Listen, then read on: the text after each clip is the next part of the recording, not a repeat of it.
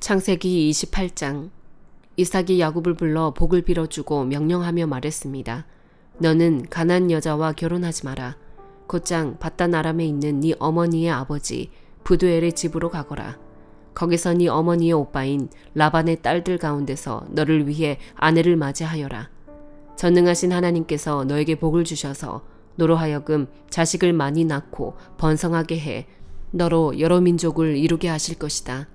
또 하나님께서 아브라함에게 주신 복을 너와 네 자손에게 주셔서 네가 지금 나그네로 살고 있는 땅, 곧 하나님께서 아브라함에게 주신 그 땅을 네가 차지하게 되기를 바란다. 이삭이 야곱을 떠나보냈습니다. 야곱은 밧단 아람에 사는 라반에게로 갔습니다. 라반은 아람 사람인 부두엘의 아들로서 야곱과 에서의 어머니인 리브가의 오빠였습니다. 에서는 이삭이 야곱을 축복해 밧단 아람으로 보내 그곳에서 아내를 얻게 한 것과 이삭이 야곱을 축복하면서 가나안 여자와 결혼하지 마라 하고 명령한 것과 야곱이 부모에게 순종해 밧단 아람으로 간 것을 알게 됐습니다. 또한 에서는 자기 아버지 이삭이 가나안 여자들을 못마땅하게 생각하는 것을 알아차렸습니다. 그래서 그는 이미 아내들이 있는데도 불구하고 아브라함의 아들 이스마엘에게 가서 그의 딸 마알락과 결혼했습니다. 그녀는 느바요스의 누이였습니다. 야곱은 브엘세바를 떠나 하란을 향해 가다가 한 장소에 이르러 해가 지자 거기에서 밤을 지내게 됐습니다. 야곱은 거기에 있던 돌을 가져다가 머리에 베고 누워 잤습니다. 그가 꿈에 보니 사닥다리 하나가 땅에 서 있는데 그 꼭대기가 하늘까지 닿아 있었습니다. 그리고 하나님의 천사가 그 위에서 오르락내리락 하고 있었습니다. 그리고 여호와께서 그 위에 서서 말씀하셨습니다. 나는 여호와 곧 네 조상 아브라함의 하나님 이삭의 하나님이다. 네가 누운 땅을 내가 너와 네 자손들에게 주겠다. 네 자손이 땅의 티끌과 같이 돼서 동서남북으로 퍼지게 될 것이다. 너와 네 자손을 통해 이 땅의 모든 족속들이 복을 받게 될 것이다. 내가 너와 함께 있을 것이며 네가 어디로 가든지 너를 지켜주겠다. 그리고 너를 이 땅으로 다시 데리고 오겠다. 내가 너에게 약속한 것을 다 이룰 때까지 너를 떠나지 않겠다. 야곱이 잠에서 깨어나 말했습니다. 참으로 이곳은 여호와께서 계신 곳인데 내가 몰랐구나. 그리고 그는 두려워하며 말했습니다. 이 얼마나 두려운 곳인가. 이곳이 바로 하나님의 집이며 이곳이 하늘의 문이구나. 다음날 아침 일찍 야곱은 머리에 베었던 돌을 가져다가 기둥을 세우고 그 위에 기름을 부었습니다. 그리고 그곳을 베델이라고 불렀습니다. 원래 이 성은 루스라는 곳이었습니다. 야곱이 서원하며 말했습니다. 하나님께서 만약 저와 함께 계셔서 제가 가는 이 여정에 저를 지키시고 제게 먹을 것과 입을 것을 주시며 제가 제 아버지 집으로 무사히 돌아가게 해주신다면 여호와께서 제 하나님이 되실 것이며 제가 기둥으로 세운 이 돌이 하나님의 집이 될 것입니다. 그리고 하나님께서 제게 주신 모든 것의 10분의 1을 하나님께 드리겠습니다. 마태복음 27장. 이튿날 새벽 모든 대제사장들과 백성의 장로들은 예수를 죽이기로 결정했습니다. 그들은 예수를 묶어 끌고 가서 빌라도 총독에게 넘겨주었습니다. 예수를 배반한 유다는 예수께서 유죄 판결을 받으신 것을 보고 뉘우쳐 은돈 30을 대제사장들과 장로들에게 돌려주며 말했습니다. 내가 죄 없는 사람의 피를 팔아넘기는 죄를 지었소. 그러나 그들이 대답했습니다. 그게 우리와 무슨 상관이요? 당신 일이니 당신이 알아서 하시오. 그러자 유다는 그 돈을 성소에 내던지고 뛰쳐나가 목을 매달아 자살했습니다.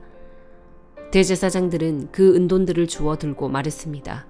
이것은 피를 흘려 얻은 돈이니 성전 금고에 넣어두는 것은 옳지 않다. 그래서 그들은 논의 끝에 그 돈으로 토기장의 밭을 사서 나그네들을 위한 묘지로 삼았습니다. 그래서 오늘날까지도 그 밭을 피밭이라 부릅니다. 이로써 예언자 예레미야가 예언한 말씀이 이루어졌습니다. 그들은 은돈 30을 곧 이스라엘 자손이 값을 매긴 사람의 몸값을 받아 토기장의 밭을 사는 값으로 주었으니 이는 주께서 내게 지시하신 것이다. 예수께서 총독 앞에 서시자 총독은 예수께 물었습니다. 네가 유대 사람의 왕이냐? 예수께서 대답하셨습니다. 네가 그렇게 말했다.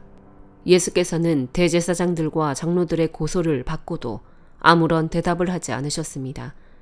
그러자 빌라도는 예수께 이 사람들이 여러 가지로 너를 반대하는 증언이 들리지 않느냐 하고 물었습니다. 그러나 예수께서는 단 한마디도 대답하지 않으셨습니다. 그래서 총독은 매우 이상하게 여겼습니다. 명절이 되면 무리가 원하는 죄수 하나를 총독이 풀어주는 관례가 있었습니다. 그때에 바라바라는 악명 높은 죄수가 있었습니다. 그러므로 빌라도는 모여든 군중에게 물었습니다. 내가 너희에게 누구를 놓아주었으면 좋겠느냐? 바라바냐 아니면 그리스도라고 하는 예수냐? 빌라도는 그들이 예수를 시기해 자기에게 넘겨준 사실을 알고 있었습니다. 빌라도가 재판석에 앉아 있을 때 그의 아내가 이런 전가를 보내왔습니다. 당신은 그 의로운 사람에게 상관하지 마세요. 어제 꿈에 제가 그 사람 때문에 몹시 괴로웠어요. 그러나 대제사장들과 장로들은 무리를 선동해 바라바는 풀어주고 예수는 죽이라고 요구하게 했습니다. 총독이 그들에게 말했습니다. 두 사람 가운데 누구를 놓아주기 바라느냐? 무리들은 바라바라고 대답했습니다. 그러면 그리스도라 하는 예수는 내가 어떻게 하면 좋겠느냐? 하고 빌라도가 물었습니다. 그러자 그들이 모두 대답했습니다. 십자가에 못 박으시오. 빌라도가 물었습니다. 도대체 그가 무슨 악한 일을 했다고 그러느냐? 그러나 그들은 더 큰 소리로 십자가에 못 박으시오 하고 외쳤습니다. 빌라도가 자기로서는 어쩔 방도가 없다는 것과 또 폭동이 일어나려는 것을 보고 물을 가져다가 무리들 앞에서 손을 씻으며 말했습니다. 나는 이 사람의 피에 대해 아무 죄가 없다. 이 일은 너희가 책임을 져야 한다. 그러자 모든 백성들이 일제히 대답했습니다. 그 피에 대한 책임은 우리와 우리 자손들에게 돌리시오. 그러자 빌라도는 바라바는 놓아주고 예수는 채찍질한 뒤 십자가에 못 박도록 넘겨주었습니다. 총독의 군인들이 예수를 총독 관저로 끌고 가자 총독의 모든 군대가 예수를 둘러쌌습니다. 그들은 예수의 옷을 벗기고 자주색 옷을 입혔습니다. 또 가시로 관을 엮어서 예수의 머리에 씌우고는 그 오른쪽에 갈대를 들게 했습니다. 그리고 그 앞에 무릎을 꿇고 희롱하며 말했습니다. 유대 사람의 왕 만세. 그들은 예수께 침을 뱉고 갈대를 빼앗아 머리를 때렸습니다. 이렇게 희롱하고 나서 군인들은 자주색 옷을 벗기고 예수의 옷을 도로 입혔습니다. 그러고는 십자가에 못 박기 위해 예수를 끌고 나갔습니다. 성 밖으로 나가는 길에 그들은 시몬이라는 구레네 사람과 마주치게 됐습니다. 그들은 그 사람에게 억지로 십자가를 지고 가게 했습니다. 그들은 골고다 곧 해골의 장소라는 곳에 이르렀습니다. 거기에서 군인들은 예수께 쓸개탄 포도주를 주어 마시게 했습니다. 그러나 예수께서 맛보시고 마시지 않으셨습니다. 군인들은 예수를 십자가에 못 박고 나서 예수의 옷을 두고 제비를 뽑아 나눠 가졌습니다. 군인들은 거기에 앉아 계속 예수를 지켜보았습니다. 예수의 머리 위에는 그들이 유대 사람의 왕 예수라는 죄패를 써 붙였습니다. 두 명의 강도도 예수와 함께 십자가에 못 박혔는데 한 사람은 예수의 오른쪽에 다른 한 사람은 왼쪽에 달렸습니다. 지나가던 사람들이 고개를 흔들고 예수께 욕설을 퍼부으며 말했습니다. 성전을 헐고 3일 만에 짓겠다던 사람아, 네 자신이나 구원해봐라. 어디 네가 하나님의 아들이라면 십자가에서 한번 내려와 봐라. 대제사장들과 율법학자들과 장로들도 마찬가지로 예수를 조롱하며 말했습니다. 남을 구원한다더니 정작 자기 자신은 구원하지 못하는군. 그가 이스라엘의 왕이니 어디 한번 십자가에서 내려와 보라지. 그러면 우리가 그를 믿어주겠다. 그가 하나님을 믿는다고 하니 하나님께서 정말 원하신다면 지금이라도 그를 당장 구원하시겠지. 자기 스스로 나는 하나님의 아들이다라고 말했었다. 예수와 함께 십자가에 못 박힌 강도들도 마찬가지로 예수를 모욕했습니다. 정오부터 오후 3시까지 온 땅이 어두움으로 뒤덮였습니다.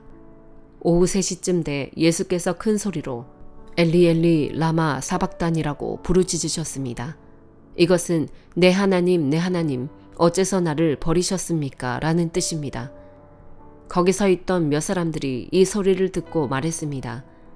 이 사람이 엘리야를 부르나 보다. 그들 가운데 한 사람이 달려가 해면을 가져다가 신포도주를 듬뿍 적셔 와서는 막대기에 매달아 예수께 마시게 했습니다. 그러나 다른 사람들은 가만두어라. 어디 엘리야가 와서 그를 구해주나 보자라고 말했습니다. 예수께서 다시 크게 외치신 후 숨을 거두셨습니다. 바로 그때 성전 휘장이 위에서 아래까지 두 쪽으로 찢어졌습니다. 땅이 흔들리며 바위가 갈라졌습니다. 무덤들이 열렸고 잠자던 많은 성도들의 몸이 살아났습니다. 그들은 예수께서 부활하신 후에 무덤에서 나와 거룩한 성에 들어가 많은 사람들에게 나타났습니다. 백부장과 그와 함께 예수를 지키고 있던 사람들은 이 지진과 그 모든 사건을 보고 몹시 두려워하며 외쳤습니다. 이분은 참으로 하나님의 아들이셨다. 거기에는 갈릴리에서부터 예수를 섬기면서 따라온 많은 여자들이 멀찍이 서서 지켜보고 있었습니다. 그들 가운데는 막달라 마리아와 야고보와 요셉의 어머니 마리아와 세베대의 아들들의 어머니도 있었습니다. 날이 저물자 아리마대 사람 요셉이라는 한 부자가 왔습니다. 그 사람도 예수의 제자였습니다. 요셉이 빌라도에게 가서 예수의 시신을 달라고 청하자 빌라도는 내주라고 명령했습니다. 요셉은 시신을 가져다가 모시천으로 쌌습니다. 그리고 바위를 뚫어서 만들어둔 자기의 새 무덤에 예수의 시신을 모신 다음 큰 돌을 굴려 무덤 입구를 막고 그곳을 떠났습니다. 막달라 마리아와 또 다른 마리아가 그 무덤 맞은편에 앉아 있었습니다. 이튿날 곧 예비일 다음 날이 되자 대제사장들과 바리새파 사람들이 빌라도에게 가서 말했습니다. 총독각하, 저 거짓말쟁이가 살아있을 때 내가 3일 만에 다시 살아날 것이다 라고 말한 것이 기억납니다. 그러니 3일째 되는 날까지는 무덤을 단단히 지키라고 명령해 주십시오. 그러지 않으면 그의 제자들이 와서 시체를 훔쳐놓고는 백성들에게 그가 죽은 사람 가운데서 살아났다라고 말할지도 모릅니다. 그러면 이번에 마지막 속임수는 처음 것보다 더 나쁜 결과를 가져올 것입니다. 빌라도는 경비병들을 데려가 무덤을 지키게 하라. 너희가 할 수 있는 한 단단히 무덤을 지키라 하고 말했습니다. 그리고 그들은 가서 돌을 봉인하고 경비병들을 세워 무덤을 단단히 지키게 했습니다. 에스더 4장. 모르드게는 이 모든 일에 대해 알게 되자 자기 옷을 찢고 베옷을 입고 재를 뒤집어 쓴 채 괴로워 큰 소리로 울며 불며 성 안으로 들어갔습니다. 그러나 왕의 문까지만 갈 수 있었습니다. 베옷 입은 사람은 들어갈 수 없었던 것입니다. 왕의 명령이 담긴 칙령이 도착한 지역마다 유다 사람들은 금식하고 울며 불며 통곡했습니다. 많은 사람들이 베옷을 입고 재를 뒤집어 썼습니다. 에스더의 하녀들과 내시들이 와서 모르드게의 일에 관해 전하자 에스더는 너무나 괴로웠습니다. 에스더는 그에게 베옷을 벗고 다른 옷을 입으라고 옷을 보냈지만 모르드게는 그 옷을 받지 않았습니다. 그러자 에스더는 자기 시중을 드는 왕의 내시 하닥을 불러 모르드게가 무슨 일로 괴로워하는지 그 이유는 무엇인지 알아오라고 명령을 내렸습니다. 그리하여 하닥은 왕의 문 앞 성 광장에 있는 모르드게에게 갔습니다. 모르드게는 그에게 무슨 일이 있었는지 낱낱이 말해주었고 하만이 유다 사람들을 학살하는 대가로 왕의 금고에 정확하게 얼마를 헌납하겠다고 약속했는지도 덧붙였습니다. 그는 또한 수산성에 공포된 학살을 명령한 그 칙령의 사본도 그에게 넘겨주면서 에스더에게 보여주고 설명해 주라고 했습니다. 그리고 에스더에게 왕께 가서 자비를 구하고 민족을 위해 간청해 달라는 말도 전해달라고 부탁했습니다. 하닥은 돌아와 에스더에게 모르드게가 한 말을 전했습니다. 그러자 에스더가 모르드게에게 전할 말을 지시했습니다. 왕의 모든 신하들과 각 지방의 백성들은 남자든 여자든 왕이 부르시지도 않았는데 안뜰에 계신 왕께 다가가는 것이 오직 하나의 법, 곧 죽음을 의미하는 것임을 알고 있습니다. 단 하나, 왕께서 금으로 된 규를 내밀 경우에만 목숨을 부지할 수 있습니다. 그런데 내가 왕께 부름받지 않은 지 벌써 30일이 지났습니다. 에스더의 말이 모르드게에게 전해졌습니다. 모르드게는 이런 대답을 전했습니다. 네가 유다 사람들 가운데 혼자 왕의 집에 있다고 해서 이 일을 피할 수 있다고 생각하지 마라. 네가 만약 이번에 침묵한다면 다른 어디에서든 유다 사람들은 안녕과 구원을 얻을 것이다. 그러나 너와 네 아버지의 집안은 망할 것이다. 하지만 네가 이때를 위해 왕비의 자리에 오르게 됐는지 누가 알겠느냐. 그러자 에스더는 모르드게에게 이런 대답을 보냈습니다. 가서 스산성 안에 있는 모든 유다 사람들을 모으고 저를 위해 금식해 주십시오. 3일 동안 밤낮으로 먹지도 마시지도 마십시오. 저와 제 하녀들도 그렇게 금식할 것입니다. 그러고 나서 비록 법을 어기는 일이지만 제가 왕께 나가겠습니다. 제가 죽게 되면 죽겠습니다. 그리하여 모르드게는 나가서 에스더의 모든 지시대로 했습니다. 사도행전 27장. 우리가 이탈리아로 배를 타고 가도록 결정이 나자 바울과 다른 죄수들은 황제 부대에 소속된 율리오라는 백부장에게 넘겨졌습니다. 우리는 아시아 지방의 해변을 따라 항해하게 될 아드라문네노 호를 타고 바다로 출항했습니다. 데살로니가 출신의 마케도니아 사람 아리스다고가 우리와 동행했습니다. 이튿날 우리는 시돈에 닿았습니다. 율리오는 바울에게 친절을 베풀어 그가 친구들에게 가서 필요한 것을 공급받을 수 있도록 허락해 주었습니다. 시돈에서 우리가 계속 항해할 때 역풍이 불었기에 우리는 키프로스 해안을 끼고 항해하게 됐습니다. 길리기아와 밤빌리아 앞바다를 지나서 루기아 지방의 무라에 상륙했습니다. 그곳에서 백부장은 이탈리아로 가는 알렉산드리아호를 찾아 우리를 그 배에 태웠습니다. 우리는 여러 날 동안 느린 항해 끝에 가까스로 니도 앞바다에 도착했습니다. 그러나 바람이 불어 우리 항로를 지키지 못하고 살몬의 맞은편 크레타 섬을 끼고 간신히 해안가를 따라 움직여 라세아 도시에서 가까운 아름다운 항구라는 곳에 이르렀습니다. 많은 시간이 소모되고 금식하는 절기도 지났기 때문에 항해가 위험해졌습니다. 그래서 바울이 사람들에게 충고했습니다. 여러분, 내가 보니 우리가 이렇게 계속 항해하다가는 재난에 빠지고 배와 짐이 큰 손실을 입을 뿐 아니라 우리 목숨도 위태로울 것입니다. 그러나 백부장은 바울의 말보다는 선장과 선주의 말을 더 따랐습니다. 그 항구는 겨울을 나기에 적당하지 않았기 때문에 대다수의 사람들이 베닉스에 가서 겨울을 날 수 있기를 바라는 마음에 계속 항해하자고 했습니다. 베닉스는 크레타 섬에 있는 항구 도시로 남서쪽과 북서쪽을 향하고 있었습니다. 부드러운 남풍이 불기 시작하자 그들은 자기들이 바라던 대로 됐다고 생각했습니다. 그래서 그들은 닻을 올리고 크레타 섬 해안을 따라 항해했습니다. 그런데 얼마 지나지 않아 그 섬으로부터 유라굴로라는 태풍이 불어닥쳤습니다. 배가 폭풍에 휘말려 방향을 잡을 수가 없었습니다. 그래서 우리는 배가 가는 대로 내맡기고 표류하다가 가우다라는 작은 섬 아래쪽을 따라 지나면서 간신히 거룻배를 바로 잡을 수 있었습니다. 선원들은 그 배를 끌어올리고 아래로 밧줄을 내려보내 선체를 둘러맸습니다. 그대로 가다가는 배가 스르디스 해안의 모래 언덕에 처박힐까 두려워 그들은 닻을 내려 배가 표류하게 했습니다. 우리는 폭풍에 몹시 시달리다 못해 이튿날에는 선원들이 짐을 바다에 던져놓기 시작했습니다. 3일째 되는 날에는 선원들이 배의 장비들을 자기들의 손으로 내던졌습니다. 여러 날 동안 해와 별도 나타나지 않고 폭풍만 계속 불어닥치자 결국 우리는 구조될 모든 소망을 포기했습니다. 사람들이 오랫동안 아무것도 먹지 못하고 있는 가운데 바울이 일어나 그들 앞에 서서 말했습니다. 여러분, 크레타 섬에서 항해하지 말라는 내 충고를 들었더라면 이런 타격과 손실은 입지 않았을 것입니다. 그러나 이제 내가 여러분에게 당부합니다.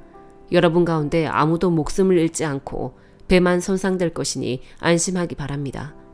어젯밤 내 하나님, 곧 내가 섬기는 하나님의 천사가 내 곁에 서서 바울아 두려워 마라. 네가 마땅히 가이사 앞에 서야 한다. 그래서 하나님께서 너와 함께 항해하는 모든 사람들의 생명을 너에게 맡겨주셨다 라고 하셨습니다. 그러니 여러분 안심하십시오. 나는 하나님을 믿으니 내게 말씀하신 대로 이루어질 것입니다. 그러나 우리는 밀려서 어느 섬에 닿게 될 것입니다. 14일째 되는 날 밤에 우리는 아드리아 바다 위에서 표류하고 있었습니다. 한밤중이 되었을 때 선원들은 무태 가까이 왔음을 직감했습니다. 수심을 재어보니 물의 깊이가 약 25오르기아였습니다. 조금 있다가 다시 재어보니 약 15오르기아였습니다. 우리가 암초에 부딪히게 될까 두려워 선원들은 고물에서 4개의 닻을 내리고 날이 밝기만을 바랐습니다.